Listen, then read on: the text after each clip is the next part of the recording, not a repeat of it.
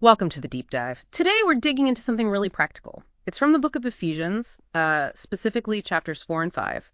The focus is all on what the author calls the new self and the transformation of daily life. Right. And our goal here isn't just to, read the verses.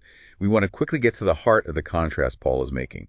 That's the difference between this new Christian way of living and what was typical in the culture around them, the pagan ways, as he puts it, and why those instructions for change still hit home today. Okay, yeah, let's unpack that contrast. The text kicks off by describing the old self, doesn't it?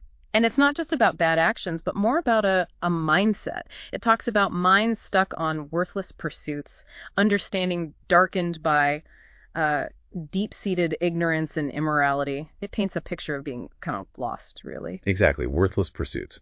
You could translate that today as maybe being obsessed with status or just wasting time or having no real direction.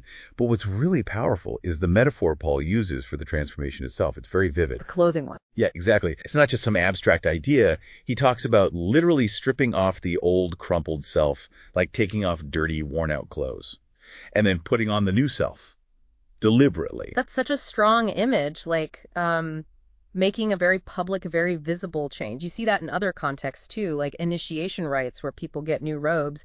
And this new self, this new garment, is specifically modeled on God's likeness, truthfulness, righteousness, holiness. That's the pattern. Precisely. Huh. So, okay, if that's the big picture, the metaphorical change of clothes, how does that actually play out day to day, like on a Monday morning? Right, the practical stuff. That's where you get this sort of checklist.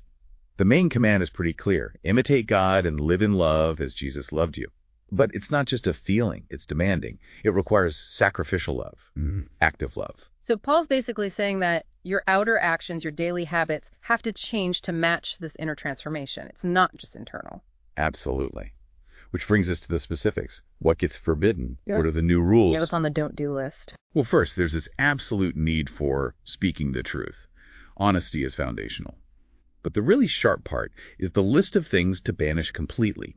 It says you need to deal with anger, which kind of implies the emotion might pop up, but you have to handle it quickly, control it. Okay, so anger itself isn't banned, but you have to process it. Right. Process it, don't let it fester, don't let the sun go down on your anger, is the phrase. But then there are things you must absolutely banish, get rid of them entirely. Things like bitterness, rage, slander, and just general malice, nasty thoughts. That's a really interesting distinction. Manage anger, but eliminate rage and bitterness. Why allow one but forbid the other so strongly?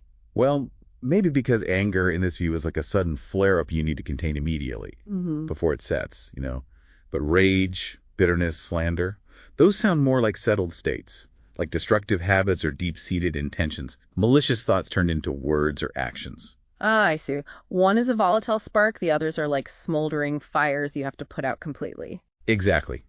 You can process anger, hopefully constructively, but you have to eradicate bitterness and that kind of destructive talk. Yeah. And there's even a specific command against using rotten words that points to cleaning up your actual language, your communication style, breaking from the old patterns. Okay, so truth-telling, managing anger, banishing rage and slander, cleaning up your language. It's a lot of very concrete actions. And then there's that final instruction about time, right? Make the most of every living moment. Yes. It connects all these daily, small-scale efforts, this constant ethical work, directly to this bigger spiritual goal, letting God fill you with the Holy Spirit. It's all linked. So it's not just about belief. It's about intense, ongoing practice. Definitely. So for you listening, the main takeaway here is how incredibly practical this vision of transformation is. It's not just theory. It demands real active effort every single day to stop doing specific things like slander and rage and start doing others like telling the truth and loving sacrificially. It really is an exercise in constant conscious discipline. And thinking about that discipline, it does leave you with a question, doesn't it? If the text tells you to deal with anger as a process, but absolutely banish rage as a destructive result, how might that specific distinction change how you think about handling strong emotions in your own life as part of seeking that kind of transformation? Something to mull over.